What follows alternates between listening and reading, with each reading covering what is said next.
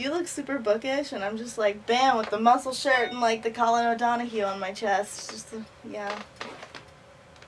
Hi! Hi! Given the recent success of the 50 Shades of Grey movie, we've been thinking about, its original source material. Twilight. We both enjoyed the books when we were younger. We also thought it would be interesting to go back over and see if it's as good as we remember. We came upon this idea while reading chapter by chapter review of 50 Shades of Grey. Go read them by Jenny Trout, they're great. Okay, so we're gonna take turns reading through the first chapter from my big sister Emily, without whose enthusiasm this story might still be unfinished. So we have Emily to thank for 50 Shades of Grey. I'd never given much thought to how I would die, though I'd had reason enough in the last few months. I stared without breathing across the long room into the dark eyes of the hunter, and he looked pleasantly back at me. Why is he called the Hunter? He's a vampire. Why is she hiding this from us so early? Well, just in case you didn't read the back, I guess. Okay, chapter 1. First sight. My mother drove me to the airport with the windows rolled down. My carry-on item was a parka. That seems silly. It was in this town that I'd been compelled to spend a month every summer until I was 14. Okay, compelling in the Vampire Diaries is literally like brainwashing, so I don't understand the context for this as far as compelling goes. I think it's being used in the normal sense. They get like really close and like their pupils dilate, and then like the vampires are like, you have to do a thing now. That's what compelling is in the Vampire Diaries. It was to Forks that I now exiled myself, an action that I took with great horror. I detested Forks. Why are you going there? Charlie gave me an awkward one-armed hug when I stumbled my way off the plane. It's good to see you, Bells. Stumbling. You come off a plane and you're carrying all your stuff, like your carry-on parka, and if it's the movie, a cactus. My mom and I had pooled our resources to supplement my winter wardrobe. It all fit easily into the trunk of the cruiser, because she brought nothing with her. A parka. She brought a parka and the white eyelet lace shirt that she's wearing, yeah. And it doesn't sound like she's carrying anything else. She's not wearing any pants? She can bring a cactus onto the plane, but not pants. I found a good car for you, really cheap, he announced. Do you remember Billy Black down at La Push? La Push is the tiny Indian reservation on the coast. No? So you remember the reservation, but not Billy Black. He used to go fishing with us during the summer, Charlie prompted. That would explain why I didn't remember him. I do a good job of blocking painful, unnecessary things from my memory. Is fishing like fishing with my father in the summer! Painful and unnecessary! He's in a wheelchair now, Charlie continued when I didn't respond. Wait, she doesn't explain why that's painful and unnecessary? Nope. Charlie's my favorite because he's sarcastic. He's bristly. Yes. He's like a hedgehog. Charlie wasn't comfortable with expressing his emotions out loud. Conceal, don't feel. So it's Charlie's Elsa now too. Charlie is Elsa. Well, now you're welcome, he mumbled, embarrassed by my thanks. I picture Ron Swanson now.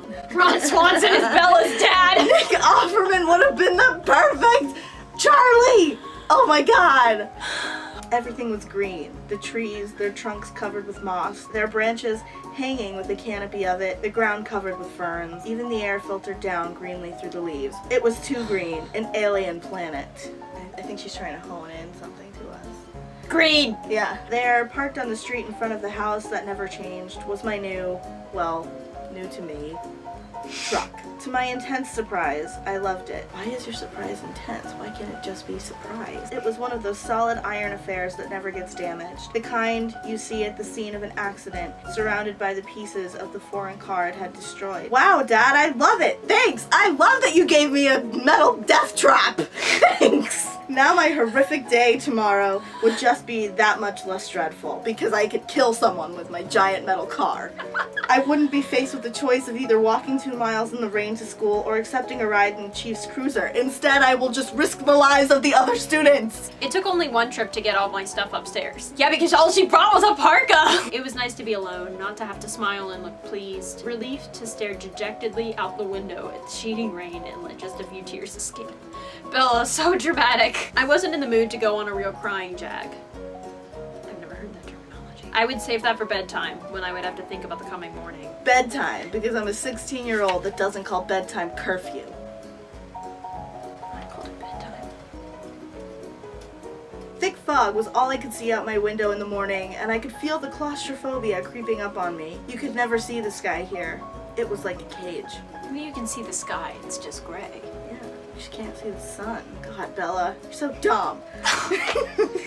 Charlie sat at the old square oak table that if he was Nick Offerman, he would have made himself. In one of the 3 unmatching chairs, which he also would have built. It was impossible, being in this house, not to realize that Charlie had never gotten over my mom. It made me uncomfortable. It makes me really sad. Finding the school wasn't difficult, though I'd never been there before. It was not obvious that it was school. Then how did she find it so easily?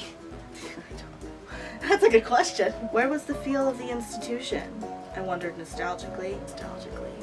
Avoid adverbs. I kept my face pulled back into my hood as I walked to the sidewalk, crowded with teenagers. Well, it is a high school. I kept my eyes down on the reading list the teacher had given me. It was fairly basic. Bronte, Shakespeare, Chaucer, Faulkner. What kind of class is she taking that she's reading all of these, like, classic, like, English authors and then Faulkner? One of those things is not like the other. When the bell rang a nasal buzzing sound, a gangly boy with skin problems leaned across the aisle to talk to me. You're Isabella Swan, aren't you? He looked like the overly helpful chess club type. Where's your next class? He asked. Government with Jefferson in Building 6. Government with Jefferson! I'm heading toward Building 4. I could show you the way. Definitely over helpful. I'm Eric, he added. We walked back around the cafeteria to the south buildings by the gym. Well, good luck, he said, and I touched the handle. Maybe we'll have some other classes together. I smiled at him vaguely and went inside. What does a vague smile look like? It was there, sitting in the lunchroom, trying to make conversation with 7 curious strangers, that I first saw them. Every one of them was chalky pale, the palest of all the students living in this sunless town. Paler than me, the albino. Wait, that's in there? Yes.